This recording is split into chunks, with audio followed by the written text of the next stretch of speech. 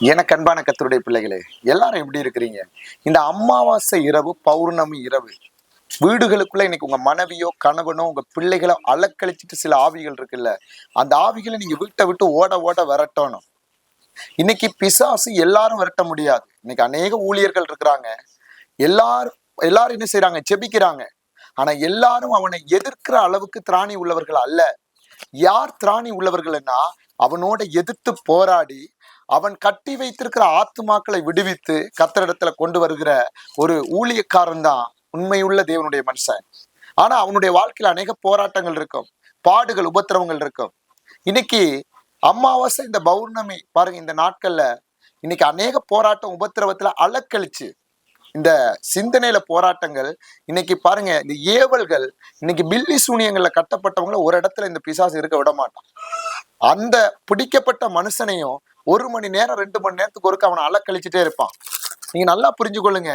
இந்த கட்கடவுள்களுக்கு பாருங்க, இன்னைக்கு மனுஷன் கைவேலையால செய்த கடவுள்களை வச்சு உங்களுக்கு செய்யப்பட்ட இந்த வல்லமைக்கே இப்படிப்பட்ட அதிகாரம்னா, நீங்க வானத்தையும் பூமியையும் படைத்த சர்வ வல்லமை உள்ள பாருங்க சேனைகளின் கர்த்தருடைய பிள்ளைகள்.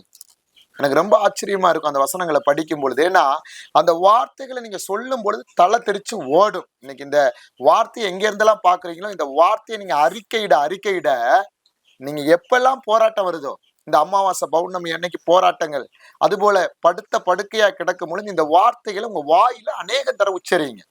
கொலைசேருக்கு எழுதின நிருபம் 2வது அதிகாரம் 10வது வசனத்தை படிங்க. மேலும் மேலும் சகல துரைத்தனங்களுக்கும் அதிகாரத்துக்கும் தலைவராய் இருக்கிற அவருக்குள் நீங்கள் பரிபூரணம் உள்ளவர்களாய் இருக்கிறீர்கள். யார் அவரு? அவர் தான் இயேசு கிறிஸ்து.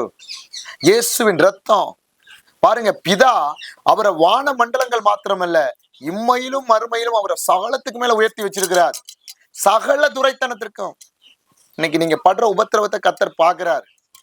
இந்த வார்த்தையை யாரெல்லாம் கேட்டுட்டு இருக்கிறீங்களோ சொல்லணும், நீங்க அதிகாரத்தோட சொல்லணும். சகல துரைத்தனங்கள், வானமண்டல பொல்லாத சேனைகள், இப்பிரபஞ்சத்தின் லோகாதிபதிகள் யாரெல்லாம் உங்களுக்கு செய்து கட்டி வச்சிருக்கிறாங்களோ, இந்த வசனத்தை நீங்க முழங்கால்ல இருந்து அறிக்கையிட உங்க சரீரத்துல எப்படி ஒரு அற்புதம் நடக்குதுன்னு பாருங்க. சும்மா பயந்து பயந்து ஓடக்கூடாது, பயந்து அப்படியே அலைஞ்சு தெரியக்கூடாது. நீங்க அலைஞ்சு தெரிஞ்சா அவன் உங்களை அலக்களிப்பான். நீ என்னைக்கு எதிர்த்து அடிக்க திராணி உள்ளவர்களா நிக்கிறியோ அன்னைக்கு தலைதெரிச்சு ஓடிடுவான். அதுக்குத்தான் அபிஷேகம் முக்கியம், அந்நிய பாஷை முக்கியம், ஜெபம் முக்கியம், முழங்கால் முக்கியம், இரவு நேரத்துல 12 இருந்து 3 மணி வரை காத்திருந்து ஜெபிக்கிறது முக்கியம். இதை நீங்க செய்து பாருங்க. ஏன் தெரியுமா? ஏன் இந்த பிசாசுகள் இன்னைக்கு பாருங்க பயப்படுது? பாருங்க, இந்த ஆண்டுடைய பேரை சொன்னா ஏன் பயப்படுதுன்னா, இயேசு கிறிஸ்து உங்களுக்காக என்ன செய்திருக்கார் தெரியுமா? அதே கொலைசியர் 2வது அதிகாரத்துல 14, 15 படியுமா.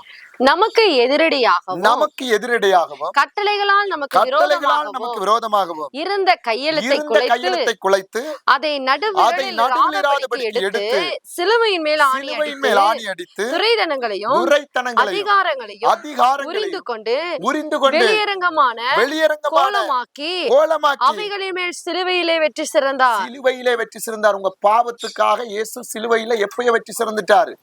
நீங்க எப்பெல்லாம் வாயெழுத்து வந்து அறிக்கை இடுகிறீங்களோ அப்பெல்லாம் அவனை ஓட ஓட விரட்டுவீங்க. பயந்து ரூமுக்குள்ள முடங்கி இருக்க கூடாது. அந்த பாசட்ட போனா எனக்கு விடுதலை கிடைக்குமா, அந்த சர்ச்சுக்கு போனா விடுதலை கிடைக்குமா, முழங்கால் போட்டு நல்லா இந்த கொலைசேர் 2வது அதிகாரத்தை படி. ஒரு 10, 20, 30 தடவை படியுமா. வாழ்க்கையில எப்படி ஒரு மாற்றம் வருதுன்னு பாருமா. கர்த்தருடைய வசனத்துலதான் மாற்றம், கர்த்தருடைய வார்த்தையில தான் விடுதலை, இயேசுக்குள்ளதான் விடுதலை.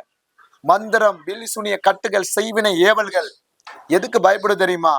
இயேசுவின் ரத்தத்துக்கும் தேவனுடைய வசனத்துக்கும் தான். உபவாசம் போடு. இப்படிப்பட்ட போராட்டத்துல இருந்து பாக்குறப்புள்ள வாரத்துல ஒரு 2 நாளாவது உபவாசத்தை போடு. சொல்லு சகல துரைத்தனத்துக்கும். வெளியேறி ஓடுனா ஓடித்தான் ஆகணும் வீட்டு எல்லையை விட்டு. நீ அவனை ஓட ஓட விரட்டணும். கர்த்தர் மேல பெரிய திட்டம் வச்சிருக்கிறாரு, தரிசனம் இருக்கு.